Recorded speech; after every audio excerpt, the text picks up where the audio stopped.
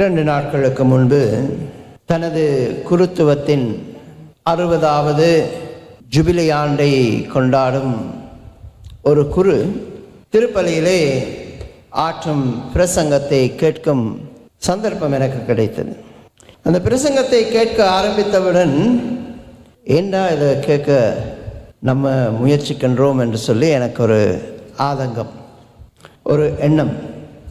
அவர் எப்படி ஆரம்பித்தார் என்று சொன்னால், தனது மறையுரையை, கிறிஸ்துவில் அன்புமிக்க சகோதர சகோதரிகளே, மறை பரப்புவதை நிறுத்துங்கள், ஸ்டாப் ஸ்டாப் இவாஞ்சலைசிங். இதெல்லாம் நம்ம சிங்கப்பூர் உயர் மறை மாவட்டத்தில் இப்படி ஒரு வார்த்தை சொன்னால் அது ஒரு பெரிய ஒரு பிரச்சனையாகிடும். என்ன சொன்னால், நம்ம சிங்கப்பூர் உயர் மறை மாவட்டத்தின் முதன்மை பணியாக நாங்கள் பார்ப்பது, பிரைமரி மிஷன் இஸ் இவெஞ்சலைசேஷன், மறை பரப்புவது. ஏன் இவர் மறை பரப்புவதை நிறுத்துங்கள் என்று தனது பிரசங்கத்தை, மறையுரையை ஆரம்பித்தார் என்று சொல்லி எனக்குள் ஒரு ஆதங்கம். அவர் தொடர்ந்து சொல்கின்றார், மறை பரப்புவது என்பது எப்படி மாறிவிட்டது என்று சொன்னால், நான் ஒரு பிரசங்கத்தை வைத்தால், நான் ஒரு மறையுரையை ஆற்றினால், அல்லது மறைபரப்பு பணியை நான் செய்தால், இப்போ எப்படி நடக்குதுன்னு சொன்னால், உடனே நம்ம அதன் பிரதிபலிப்பை எதிர்பார்க்கின்றோம். Results oriented. ஒரு ஊருக்கு போயிட்டு நான் மறை ஏதாவது ஒரு ஞானொடுக்கம் கொடுத்தாலோ, ரிட்ரீட் கொடுத்தாலோ, நிறைய பேர் வந்த பிறகு கேட்பாங்க, ஃபாதர் எத்தனை பேர் வந்திருந்தாங்க, how many people were there, எத்தனை பேர் ஃபாதர் உங்கள் பிரசங்கம் நல்லா இருக்குன்னு சொல்லி ஃபேஸ்புக்லேயோ வாட்ஸ்அப்லேயோ ஏதோ ஒரு விதத்தில் சொல்லியிருப்பாங்க. அது வேறு, நம்ம ஒவ்வொரு நாளும் திருப்பலியை யூடியூப்பில் போடுறோமா, நிறைய பேர் கேட்குறது தான் எத்தனை லைக்ஸ் வந்திருக்கு, எத்தனை கமெண்ட்ஸ் வந்திருக்கு. மறை பரப்பு ஊழியம் என்பது அந்த குரு சொல்லும் விதத்தில் அது எனக்கு தெரியும் கனிகளை உடனே கொடுக்க வேண்டிய அவசியம் இருக்காது. அந்த கனிகள் மிகவும் சட்டலாக இருக்கும், தெரியாமல் இருக்கும், உணரக்கூடிய முறையில் அது இருக்காது. 2 நாட்களுக்கு முன்பு அதை கேட்டேன்.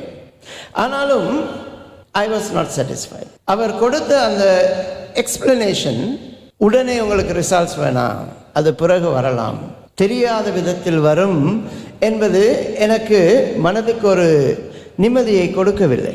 நேற்றைய தினம் நான் 2 பேருக்கு நோயில் பூசுதல் கொடுக்க சென்றிருந்தேன். அனாயிண்டிங், நோயில் பூசுதல், அனாயிண்டிங் கொடுக்க சென்றிருந்த பொழுது ஒரு சாரார், அவங்க குடும்பத்தில் அந்த நோயில் இருப்பவர் மட்டும்தான் கத்தோலிக்கர்.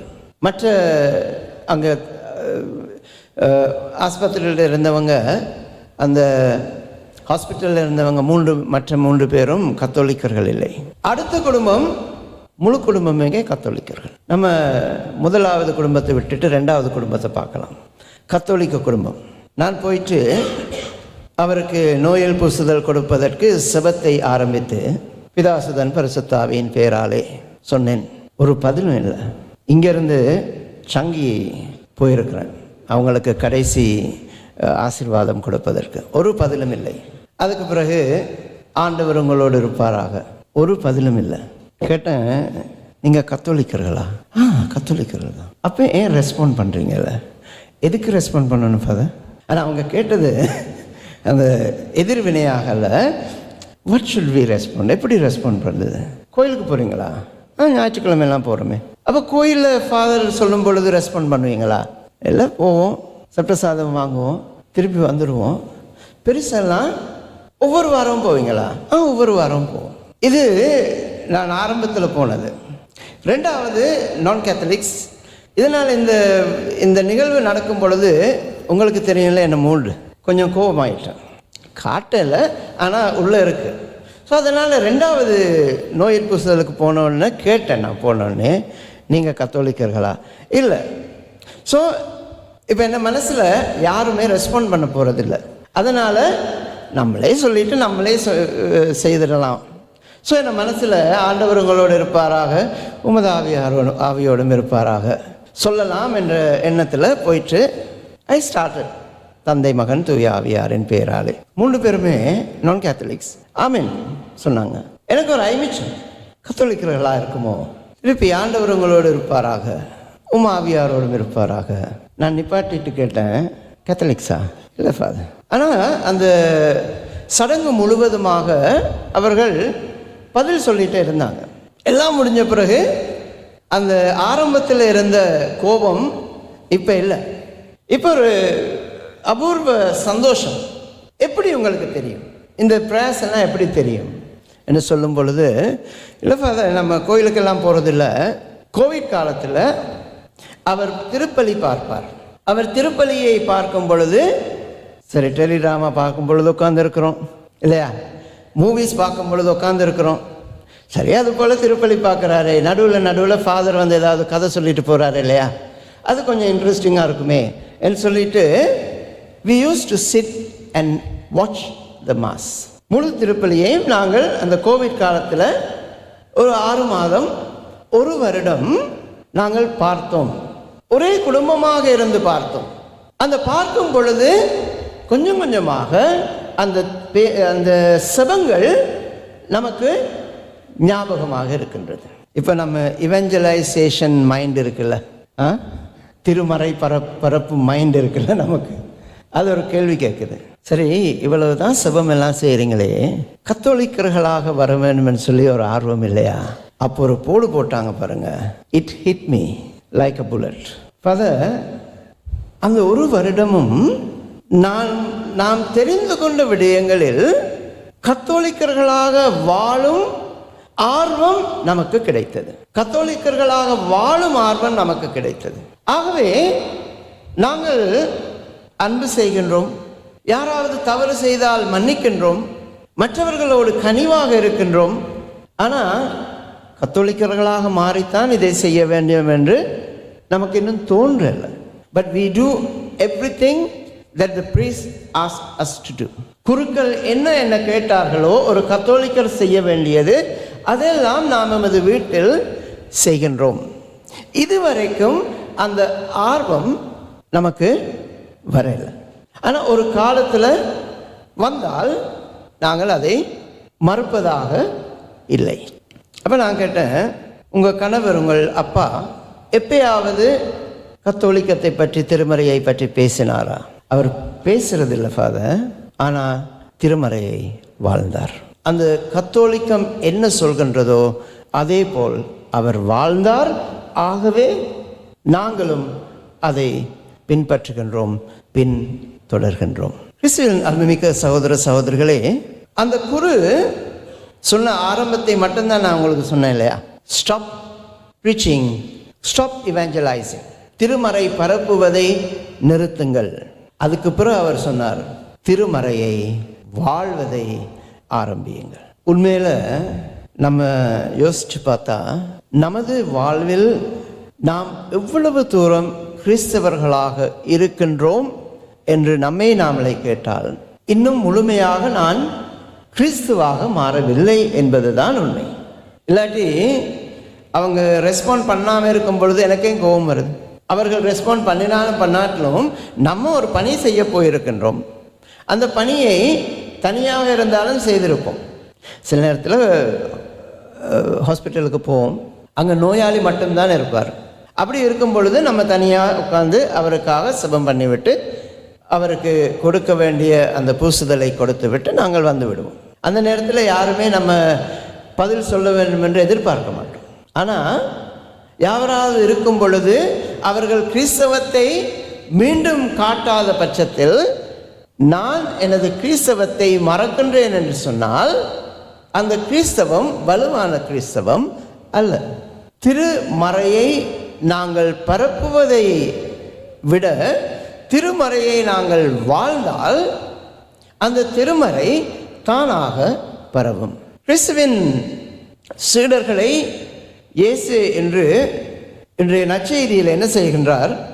ஒரு மலைக்கு கொண்டு போகின்றார். அந்த மலை மேல் ஏறி அந்த மலையிலிருந்து இந்த மலை பொழிவு என்னும் போதகத்தை கொடுக்கின்றார். அடுத்த 6 வாரங்களுக்கு இந்த மலைப்பொழிவு போதகத்தை நாங்கள் வாசிக்க போகின்றோம். இப்போ கூடுதலாக கிறிஸ்தவர்களுக்கு மலைப்பொழிவு என்று சொன்னால் இந்த 8 வசனங்களும் தான் நினைவுக்கு வரும். பேறு பெற்றவர்கள், பேறு பெற்றவர்கள், பேறு பெற்றவர்கள் 8 இருக்கு. 8 of them. லூகாஸ் நற்செய்தியை எடுத்தால் 4 பேறு பெற்றவர்கள், இன்னும் 4 ஐயோ கேடு. 4 மாறி மாறி இருக்கும். மத்தேயு நற்செய்தியில் 8 பேறுகளை பற்றி இயேசு கூறுகின்றார். அவர் ஏன் மலையில் ஏறி பேறு பெற்றவர்கள் என்று கூறுவதற்கு அல்லது இந்த மலை பொழிவை கூறுவதற்கு காரணம், முதல் கண் மத்தேயு நற்செய்தியின் சாராம்சம் அல்லது மத்தேயு நற்செய்தியின் கருப்பொருள் என்ன என்று கேட்டால், கிறிஸ்தவ விவிலிய வல்லுநர்கள் சொல்வார்கள் இந்த மலைப்பொழிவில் இருக்கும் 8 வசனங்கள். ஸோ நீங்கள் மத்தேயு நற்செய்தியை முழுமையாக தெரிந்து கொள்ள வேண்டும் என்று சொன்னால், வாழ வேண்டும் என்று சொன்னால், இந்த 8 வசனங்களும் தான் அதன் கருப்பொருளாக இருக்கும். இந்த 8 வசனங்களும் எதோடு ஒப்பிடப்படுகின்றது என்று சொன்னால், பழைய ஏற்பாட்டில் இறைவன் பேசிய 10 வசனங்கள் இருக்கின்றன. எங்கேயாவது கேள்விப்பட்டிருப்பீங்களா? இறைவன் 10 வசனங்களை பேசினார். 10 வசனங்கள், இறைவனின் 10 வசனங்கள் எங்கேயாவது கேள்விப்பட்டிருப்பீங்களா? இதை எஸ் சொன்னோம். ஆமாம் என்று சொன்னால் அடுத்த கேள்வி கேட்பார். 10 கட்டளைகள். 10 கட்டளைகளை நீங்கள் ஹீப்ரு மொழியில் பார்த்தீங்கன்னு சொன்னால் இறைவனின் 10 வசனங்கள் என்று சொல்வார்கள். அதாவது இறைவனின் அந்த 10 வசனங்களும் அவர்களது வாழ்வை மெருகூட்டும், அவர்களது வாழ்வை வளப்படுத்தும், அவர்களது வாழ்வை நல்வழிப்படுத்த இறைவன் கொடுக்கும் 10 கட்டளைகளாக நாங்கள் பார்க்கின்றோம். ஆனால் நீங்கள் யோசிச்சு பார்த்தீங்கன்னு சொன்னால், கட்டளை என்று சொல்லும் பொழுது வசனம் என்று சொல்லும் பொழுது ஒரு பெரிய வித்தியாசம் இருக்குல்ல. கட்டளை என்று சொன்னால் ஒரு பயம் வரும் இல்லையா? பேசும் பொழுது வசனம் என்று சொல்லும் பொழுது அதில் ஒரு ஆர்வம் வரும். ஸோ இனிமேல் தாய் தந்தையர்களே, உங்கள் பிள்ளைகளுக்கு ஏதாவது அட்வைஸ் கொடுக்கணும்னு சொன்னால் அதை கட்டளைகளாக கொடுக்காதீங்க. அதை செய்யக்கூடாது, இதை செய்யக்கூடாது, அதை தொடக்கூடாது, அப்படி இருக்கக்கூடாது, அப்படியெல்லாம் சொல்லாதுங்க. எப்படி இருக்கலாம், எதை செய்யலாம், எது நன்மை பயக்கும், டோன்ட் என்பதை விட்டுட்டு, கூடாது என்பதை விட்டுட்டு எது நல்லது என்பதை நாங்கள் அவர்களுக்கு சொல்லிக் கொடுத்தால் அது வசனங்களாக இருக்கும். இல்லாட்டி கட்டளைகள். அவங்க சொல்லுவாங்க கட்டளைகள் என்பது முறிக்கப்பட வேண்டியது. commandments are to be broken. அதனால தான் மோயிசன் என்ன செய்தார்? முதல் முறை அந்த கட்டளைகளை கொண்டு வந்து உடைச்சிட்டார். இயேசு மலைமேல், மோயிசன் மலைமேல், சீனாய் மலைமேல் ஏறி இறைவனது வசனங்களை எப்படி கொண்டு வந்தாரோ அதே போல இயேசு புதிய வசனங்களை நமக்கு கொடுக்கின்றார், புதிய மார்க்கத்தை கொடுக்கின்றார், புதிய வாழ்வியலை நமக்கு கொடுக்கின்றார். இயேசுவின் காலத்தில் மக்கள் எல்லோரும் என்ன நினைத்தார்கள் என்று சொன்னால், பணம் இருந்தால் அது இறை ஆசீர், நல்ல உடல் நலம் இருந்தால் அது இறை ஆசீர், சந்தோஷம் இருந்தால் அது இறை ஆசீர். இயேசு முற்றுமாக மாற்றுகின்றார். இந்த மலைப்பொழிவிலே இயேசு சொல்கின்றார், ஏழையரின் உள்ளத்தோர் பேறு பெற்றவர்கள், ஏனெனில் விண்ணரசு அவர்களது. துயர் உருவோர் பேறு பெற்றவர்கள், ஏனெனில் அவர்கள் ஆறுதல் பெறுவர். கனிவுடையோர் பேறு பெற்றோர், ஏனெனில் அவர்கள் நாட்டை உரிமை சொத்தாக்கிக் கொள்வார்கள். இயேசு மக்களுக்கு கூறும் வசனங்கள், இந்த 8 மலைப்பொழிவு வசனங்கள், அது ஒரு இன்விடேஷன். அது நாங்கள் இதன்படி நடப்பதற்கு இயேசு நமக்கு கொடுக்கும் ஒரு அறைகூவல். அதை செய்தால் நாங்கள் உண்மையான இறை மக்களாக மாறுவோம். கூடுதலாக நாங்கள் மறை பரப்பு என்னும் பொழுது அது வசனங்களைத்தான் நாங்கள் பாவிப்போம். புனித பிரான்சிஸ் அசிசியார் சொல்வார், முடிந்த மட்டில் நீங்கள் மறையை பரப்புங்கள். Go and preach the good news. அவர் கூட அந்த காலத்தில் பஞ்ச் வச்சிருந்தார். அதுக்கப்புறம் ஒரு பஞ்ச் லைன் கொடுப்பார் புனித பிரான்சிஸ், கூடிய மட்டில் மறையை பரப்புங்கள், தேவைப்பட்டால் மட்டும் வார்த்தைகளை பிரயோகியுங்கள். preach the good news. If necessary, use words. அதைத்தான் அந்த வயது முதிர்ந்த குருவானவர் சொன்னார் அன்றைக்கு. வார்த்தையால் மறை பரப்புவதை விட்டு உங்கள் வாழ்க்கையில் மறையை நீங்கள் வாழ்ந்தால் அந்த மறை நிச்சயமாக மற்றவர்களை போய் சேரும். கிறிஸ்துவில் அன்புமிக்க சகோதர சகோதரிகளே, மலை பொழிவு என்பது இயேசு நமக்கு கொடுக்கும் ஒரு அழைப்பு, கட்டளை அல்ல. இயேசு நமக்கு கொடுக்கும் அழைப்பு இறை அன்பை வாழ்வதற்கு கொடுக்கும் அழைப்பு, இறை கனிவை வாழ்வதற்கு கொடுக்கும் அழைப்பு, இறை சமாதானத்தை வாழ்வதற்கு கொடுக்கும் அழைப்பு. அந்த அழைப்பிற்கு செவிமடுத்து மறையை வாழ்வோம், மறை பரப்பை நமது வாழ்வால் நாம் செயல்படுத்துவோம். இறைவனது மறையை பரப்புவோம். தேவைப்பட்டால் மட்டும் வார்த்தைகளை பிரயோகிப்போம்.